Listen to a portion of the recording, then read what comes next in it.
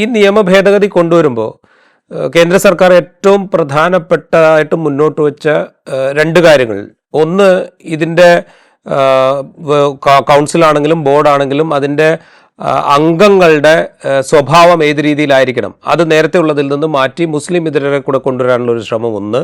രണ്ടാമത്തത് വഖഫ് by user എന്ന് പറയുന്ന സംഗതി, അതിനെ തൽക്കാലത്തേക്ക്, അല്ലെങ്കിൽ അത് അങ്ങനെ ഒരു പരിപാടിയില്ല, വഖഫ് ബൈ യൂസർ എന്ന് പറയുന്നൊരു സംഗതി അവസാനിപ്പിക്കാനുള്ളൊരു ശ്രമം. അതുപോലെ കളക്ടർ പരാതി സ്വീകരിക്കപ്പെട്ട് കഴിഞ്ഞാൽ, കളക്ടർ പരിശോധന തുടങ്ങിക്കഴിഞ്ഞാൽ, അത് വഖഫ് ഭൂമി സംബന്ധിച്ചൊരു പരാതി കിട്ടുകയും അത് കളക്ടറുടെ പരിശോധന തുടങ്ങുകയും ചെയ്ത് കഴിഞ്ഞാൽ അത് വഖഫ് ഭൂമി അല്ലാതാവും എന്നുള്ള പ്രൊവിഷൻ. അതുപോലെ ഈ എന്താ പറയുക, കോടതികളുടെ വിധി പോലും ഇത്തരം കേസുകളിൽ ബാധകമാകില്ല, അല്ലെങ്കിൽ പരാതികളുടെ തീർപ്പുണ്ടാക്കി കഴിഞ്ഞാൽ കോടതികളുടെ വിധി പോലും ബാധകമാവില്ല എന്നൊക്കെ പറയുന്ന പ്രൊവിഷൻ. ചുരുക്കത്തിൽ ഇത് ഏതാണ്ട് ഈ പറയുന്ന കോൺട്രവേഴ്സ്യൽ ആയിട്ടുള്ള സംഗതികൾ മുഴുവൻ ഇന്നോപ്പറേറ്റീവ് ആകുകയല്ലേ സത്യത്തിൽ ഇതുകൊണ്ട് ചെയ്യുന്നത്?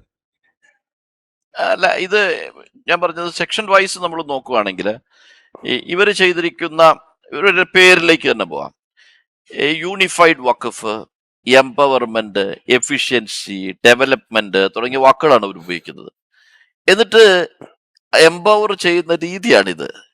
അതായത് എഫിഷ്യൻസിയും എംപവറും ഡെവലപ്മെന്റും ഒക്കെ പറഞ്ഞതിന് ശേഷം എംപവർ ചെയ്യുന്ന രീതിയാണിത്. അതിന് ഓരോന്നും ചോദ്യം ചെയ്യപ്പെട്ടു. കളക്ടറുടെ അധികാരത്തെ വളരെ ശക്തമായി കോടതി അതിനെതിരെ ചോദ്യം ചെയ്യപ്പെട്ടു. അതും പാടില്ല എന്ന് പറഞ്ഞിരിക്കുക, ടേക്ക് ഓവർ ചെയ്യാൻ കളക്ടർക്ക് പറ്റില്ല എന്ന് എന്തിനാണ് കളക്ടർ അത് ചെയ്യുന്നത് എന്ന് ചോദ്യങ്ങൾ ഉന്നയിക്കപ്പെട്ടു. അപ്പോ ബേസിക്കലി പറയുകയാണ് ഇന്നത്തെ ഇന്ററിം ഓർഡർ എന്ന് പറയുന്നത് ഈ പറഞ്ഞ ഇതിന്റെ ആശയത്തെ, അതായത് ഈ അമെൻമെന്റ് ബില്ലിന്റെ ആശയത്തിന്റെ കടയ്ക്കൽ കത്തിവെക്കുന്ന ഇന്ററിം ഓർഡർ തന്നെയാണ്. I won't say that finally എന്ത് വരുമെന്ന് ഞാൻ പ്രെഡിക്റ്റ് ചെയ്യാൻ ഞാൻ ആളല്ല. പക്ഷേ എനിക്ക് കൺഫേം ചെയ്ത് പറയാം, കോൺസ്റ്റിറ്റ്യൂഷണൽ പാരാമീറ്റേഴ്സിൽ നിന്ന് മാത്രം ഇതിനെ ഇവാലുവേറ്റ് ചെയ്താൽ ഈ നിയമത്തെ സസ്റ്റെയിൻ ചെയ്യാൻ കേന്ദ്ര സർക്കാരിന് സാധിക്കില്ല എന്ന കാര്യത്തിൽ ഒരു തർക്കവുമില്ല.